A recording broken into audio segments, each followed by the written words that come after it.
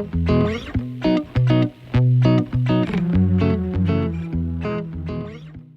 always see my image blocked, but I don't care. I just speak. I hope it will, because I see my face blocked. You can hear me. You can see me. Okay. I can see you. Mm-hmm. Yeah, great. That's great. This the place where I come from is a great part of what I want to say, to tell you during, because it's about is the decline of native speakerism real? Because I always say, I am a European teacher, but everybody can say, what does it mean? Well, it can include a big number of people from many different places, but I've become familiar to this definition because native speakerism is not the real decline of native speakerism is starting right now, but it is still alive. So I am from Italy, and I usually say I live on the border between Italy and France. And you can also ask me, why do you say that? Do you live on the border where they ask the people about the passports? What does it mean living on the border? I really live on the border because I live near Ventimiglia, and this is at the border between Italy and France. But why? Why for me is so important to underline this? Because I felt a strong bias, I felt all my life, because I started learning English when I was 6 years old. So I can speak a lifetime with a problem. The problem, I was not a native. And well, you know, Francesca, that means that you need to start sharing screens so we can get started on your talk. Great. That's great, because your question was perfect. Because it is, well, it's not, they are not perfect because I couldn't, you know, the topic is so big and it has so many different implications that I really couldn't put everything for today, but I will send to the dear friend Mohammed all the complete slides, because you know, I had to at a certain point to make a summary. This is the decline of native speakerism real? This is the topic. So can you put that on present mode? Sorry? On present mode. Can you just, so that we can see the whole screen? I just try. I don't wait. Wait. I don't know how to slideshow. Okay. Okay. Wait. Slideshow. It's right there by up on the right. Yes. Here. Wait. No, all the right to the right. Take your mouse and put it to the right, where you see the yellow box at the right, next to your picture, to the right. Yeah, here. So that's left. Left. Okay, right. Go to the right where you see your picture. Okay. Oh, wait. This is not, I'm sorry for that, but the question created my, wait. Okay. Okay. Wait a moment. Then I share. Wait, I just, on my right, and where it says present mode, slideshow. Yeah, wait a moment. I just come and try to, yeah, I would like to, okay. Slideshow, yeah, okay, sorry, but okay, I think that is going well. Now let's share screens. Yeah, wait, now.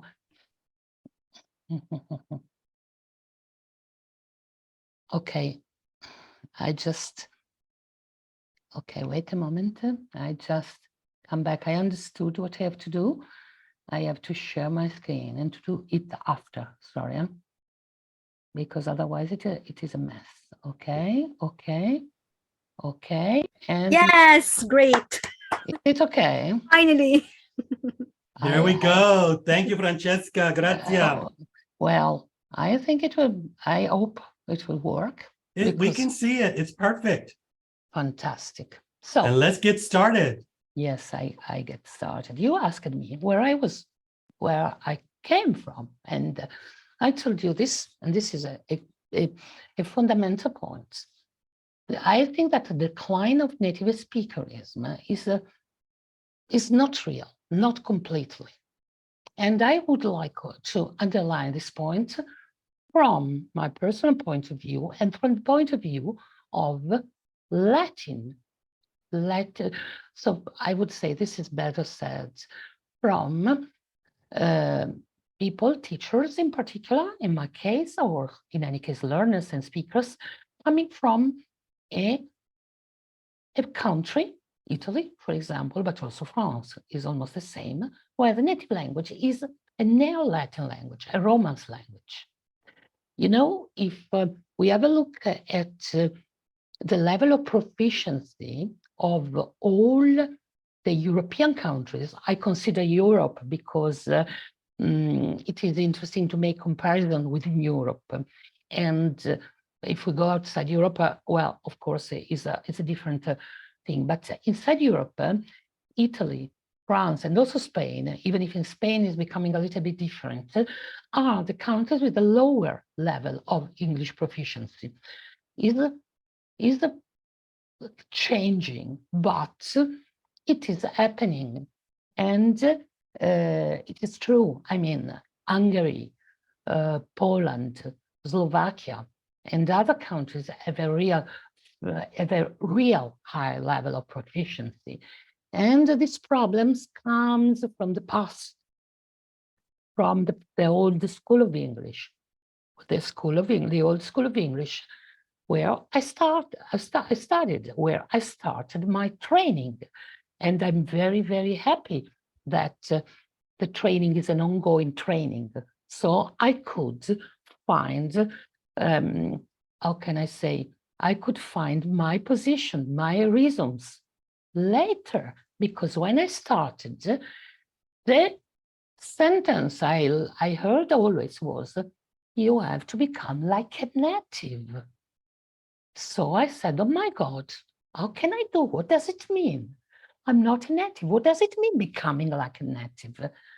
So as you can see here, native speakerism represents a set of beliefs and attitudes that prioritize the language skills, everything, the cultural background of native speakers. And of course, this notion has long been a staple of language education and linguistic research, because native speakers have always been seen as a standard against which all other language users are measured. But what about the standard? So, I mean, what's the use? What kind of standard is it? When I started learning, I started teaching very soon, because I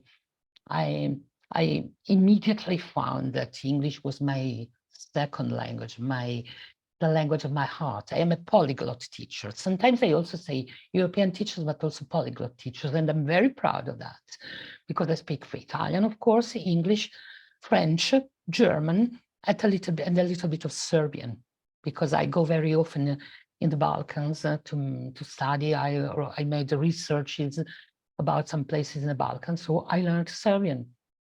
And this fact of being polyglot is, in my opinion, very important.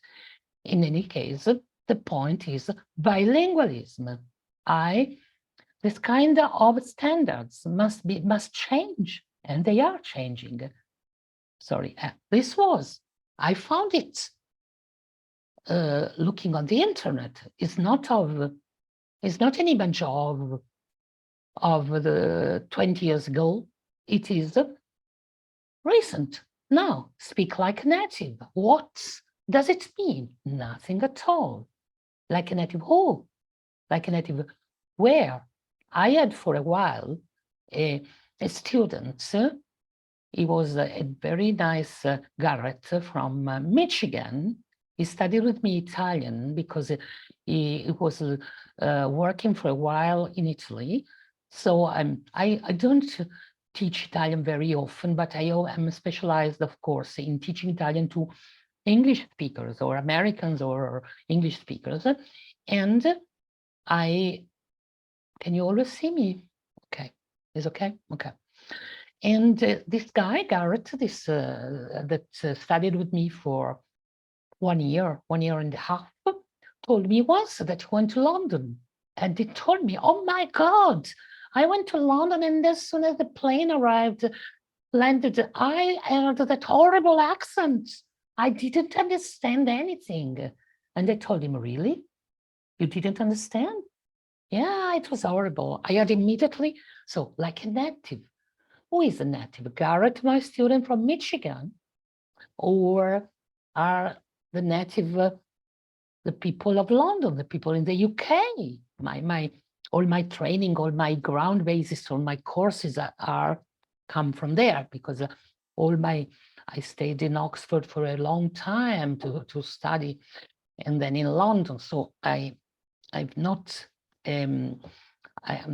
after I studied and improved the American side, I would say, but everything I know about the language comes from England. So my students said, horrible language.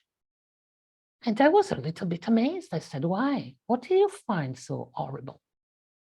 So who is a native? And we arrived to another part. I like to speak about places. So I started saying that when somebody asks me, where are you from? I say I'm a European or a polyglot teacher, and I live on the border between Italy and France. So this is one place, a border. I like borders, places. I arrived to another point, Bratislava, where I went to a meeting of teachers, my first time, not a virtual one, and I'm so happy to be here because this is a wonderful occasion to be people from many countries. I remember that I went in person.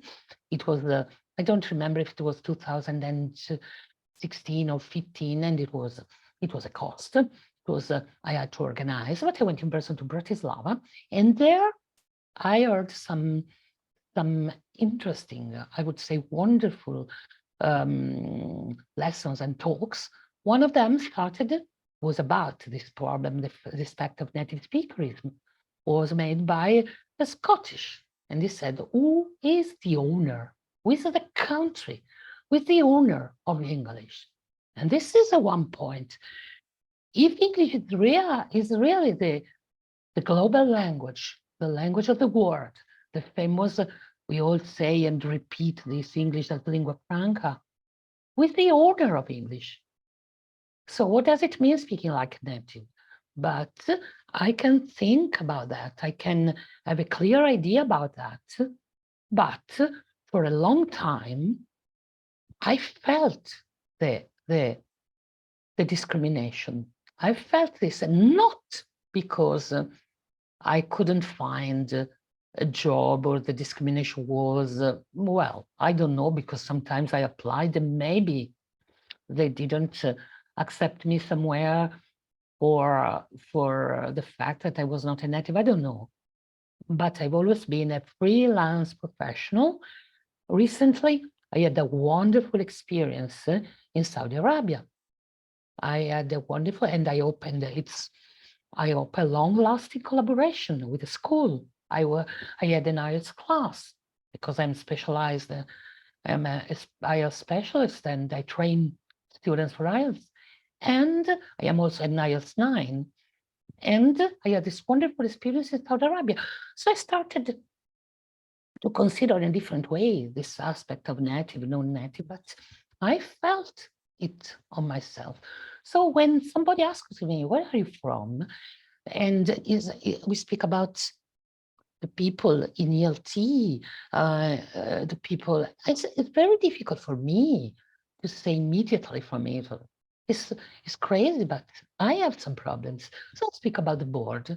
I consider my lovely border, Vantimille, or lovely border, where there is a lovely bar, where I spend a lovely time. And that's it, that I live there. So you can imagine me living at the border and staying a little bit in Italy and a little bit in France. And it is very true, because I spend in France a lot of time. But once I remember that it was a job interview and I spoke like that, and the big questions arrived. Yeah, okay, Italy and France, but which side? Where do you exactly live? On the Italian side or on the French side? As I said, oh my God, on the Italian side. And you couldn't say, but what about English? Because both Italy and France have a low level of proficiency compared to other countries in Europe. So why? In Europe and compared to other countries in the world, I would say, because thanks to this beautiful occasion that we are all sharing, but not only of that, I'm discovering that countries like Pakistan, India, Egypt, Saudi Arabia have incredible, beautiful, great level of proficiency, more than Italy, of course. So what's the matter? Well, the matter was that I could share the shame. You can understand what I say. The shame of being a non-native. I could share this. I can do that. I can share a little bit to Italy and a little bit to France. I share this. It would be more reasonable to say I live on the border between Italy and France. From Ventimiglia and Nice, you can take a train, a fast train, or a bus. You can reach or a plane, but with a bus you can reach Paris. I say bus because I'm a sort of globetrotter. I like traveling a lot with the buses. I like this kind of traveling, or with car sharing and so on. And you can reach Paris. When you reach Paris, from Paris, you can take the underground train, and in 4 hours you are in Rome. So if you ask me, where are you from? I can speak about a border and then about a capital, French speaking, nothing to do with English. Not only a capital, Paris, where if you speak in English, oh my God, they don't like. French people don't like. I'm not the kind of person who can discriminate. First of all, because I didn't feel that discrimination. I can speak French, it's my third language, and I love French, of course. But many people tell me that if they don't know French, and they found big problems in Paris. So in Paris, and then from Paris, you can take a train or a plane, and or a bus, and you can reach London. So it's a long line to arrive and finally breathe. Okay, my God. But you can imagine how this made me feel in the past. Because my training, I got a degree. Then this was nice. I made an internship in the library of the European Parliament about translation, French, English, and Italian. And there it was like, it was like a frontier land always. The language of it was in Luxembourg. The language was French, but many people spoke English, but I could find also many Italians. So I felt this sort of protection. And this was my internship. And then after, I had my TESOL, and then my TOEFL, and then I specialized in business English, and then my specialization for IELTS, or a long story. But, and so slowly, this bias started to disappear. The idea of bilingualism did not belong to the old school. So what do I want to say? That now, when I have new students, when I start teaching, sometimes my students, for example, are from other countries. And so no, there are no problem. I am also a teacher trainer, and I was a teacher trainer of university professors in Myanmar. And this was wonderful about this fact of native speakerism, because I was a non-native teacher, who was a teacher trainer of other non-native and other non-native university professor. And it was a wonderful experience. We had a wonderful result together. I worked with a wonderful woman who was a teacher of technology in Myanmar. We had to stop when there was a coup in Myanmar, but this was wonderful and an interesting example of what can happen.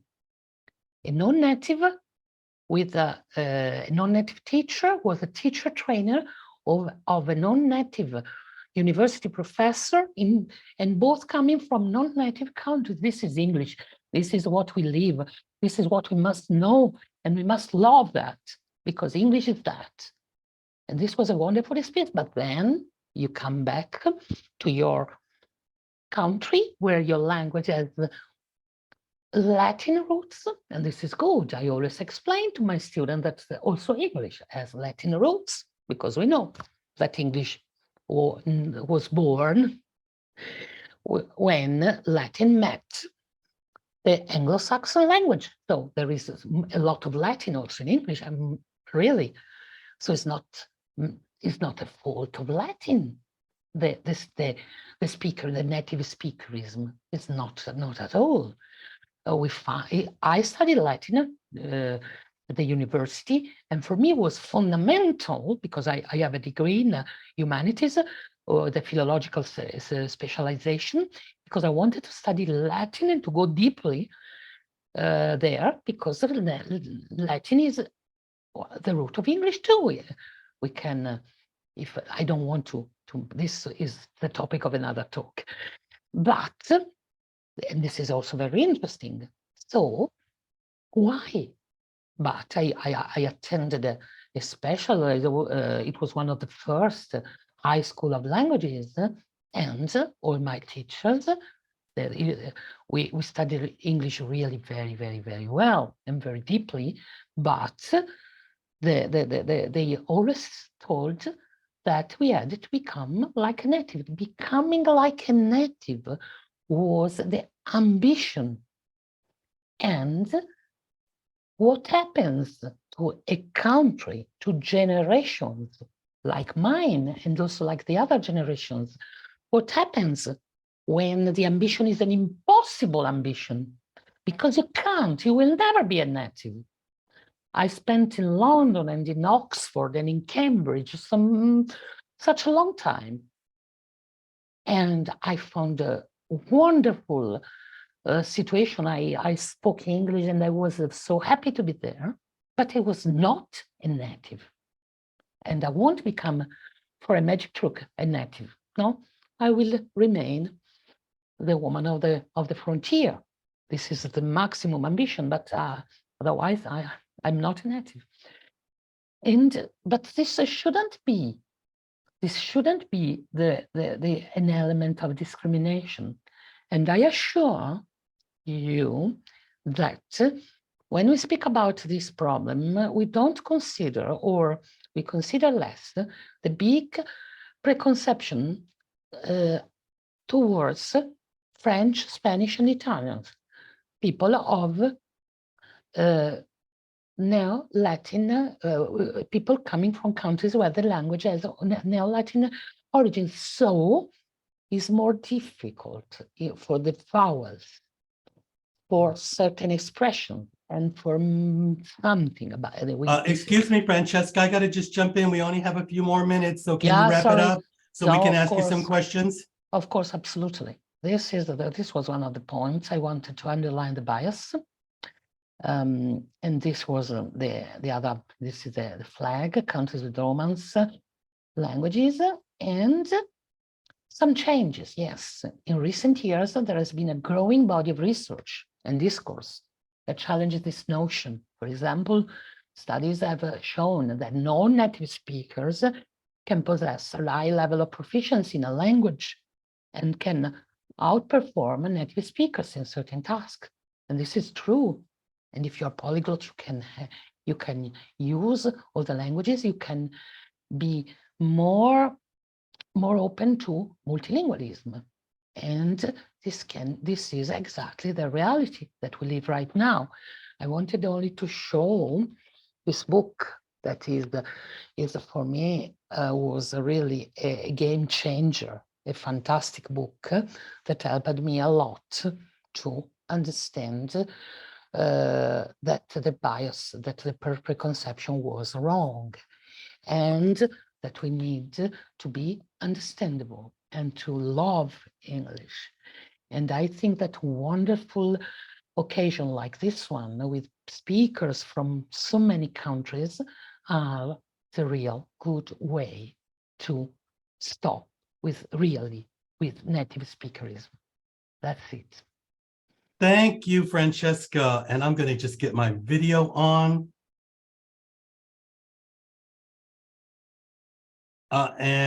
Could you stop sharing screens, please? Yeah, of course.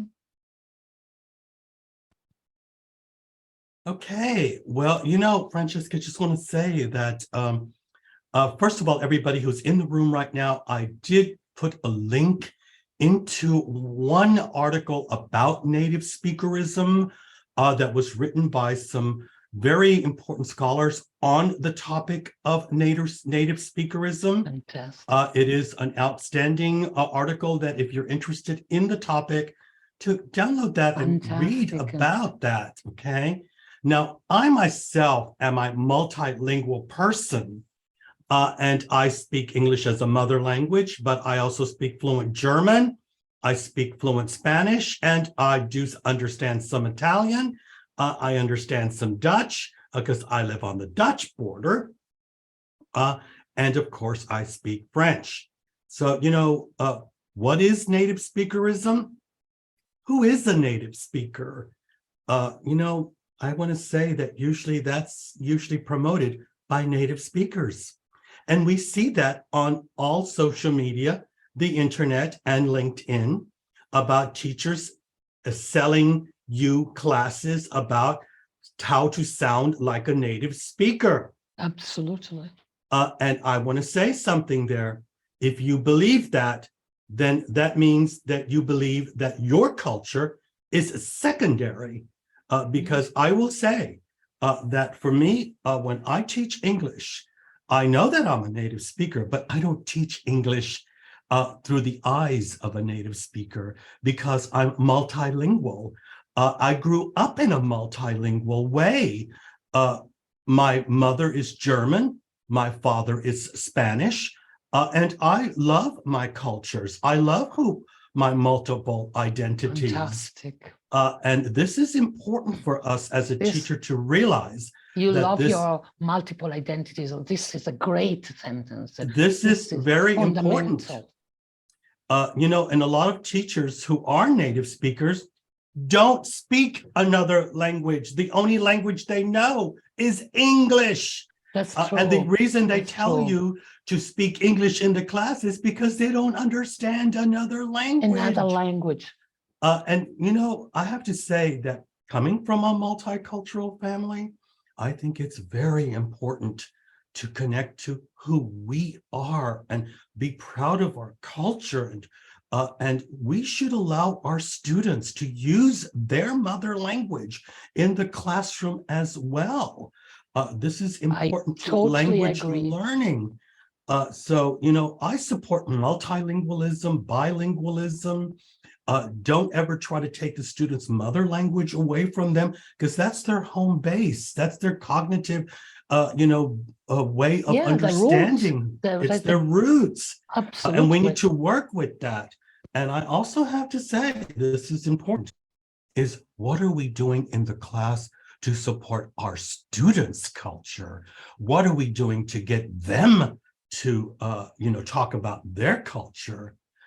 And of course, somebody says, I have a question, which is about accent or without accent. So is accent very necessary in speaking a foreign language?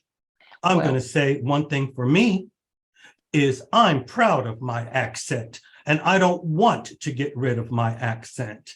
When I speak American English, I speak that pretty, you know, well and clear.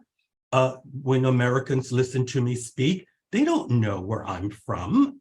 They just know that I speak American English because I have a dialect-free American English pronunciation.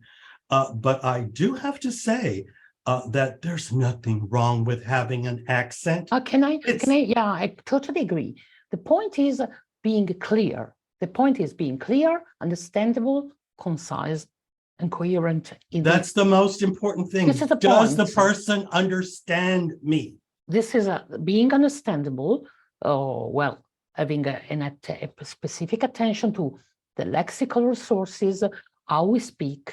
But I think that we are all teachers, we are all educators, and we do this in all the languages that we speak. But the accents are our story. We should never try to change someone's accent. Absolutely. They are our story. They are this our is who identity. we are. This is our identity. This is a great point. And there's no teacher, if you're good with grammar and vocabulary training, absolutely, that's hey, that's a skill we have to have. Absolutely. But it's not our job to try to change a person's accent. Now remember, there is a difference between accent and pronunciation. Pronunciation, that's a point. Many people make don't confuse that. Don't confuse. Okay? The accent is our identity. Mm-hmm. And but when people like you started to say that they are proud of their multilingual origin, and they are proud of being polyglots, many things started to change. This was one important point when native speakers started to learn other languages and to being proud of sharing the language learning process in the class and with the student. This was a game changer. Now there's a question inside the chat box that says, how about mother tongue accent interference? Does it make a problem? Well, let me tell you something. There's a word that needs to come out in this discussion, and that is translanguaging. Translanguaging is an important concept in what we're talking about here. So I want you to all Google what is translanguaging, but there are some fantastic videos on translanguaging from studies that have been done in Australia about translanguaging. Please go to YouTube to find those. Just put translanguaging. You will get some fantastic ideas of what it is, because when a person is learning another language, they're going to use their mother language as a base and will sometimes do what is called switching. And that's okay. That's okay, especially in the beginning phases of language learning, because they don't have the vocabulary. But I have to also say this, someone like me, I've lived and worked all over the world, in Hong Kong, Buenos Aires, Mexico City, London, Geneva, Switzerland. I've lived and worked in Russia, and lived and worked in Korea and Japan. I have to say that I always meet people who have accents, but I do understand them. Understandability is what we need to get our students to. You know, good communication. Are they getting their ideas across? Accent, sometimes, you know, we can get distracted by that, but don't confuse accent with pronunciation. Absolutely, this is a key point.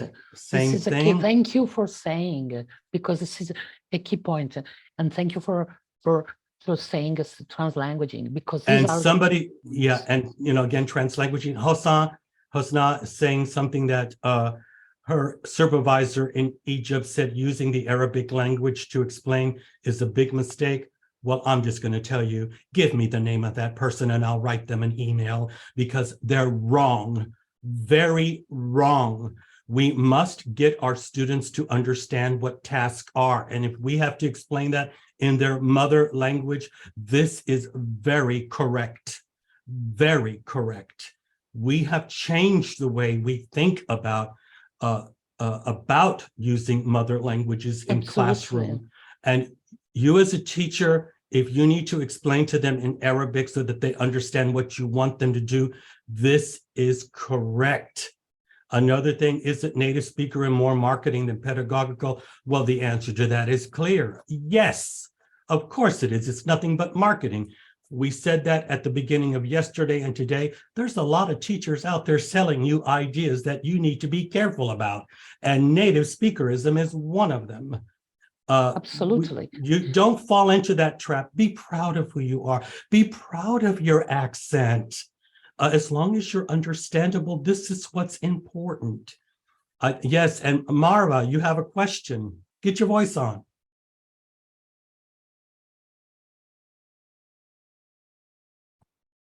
Yes? Hi, Ron. I'm just raising my hand in order to tell you that I'm the next speaker. I want them to make me host. That's all.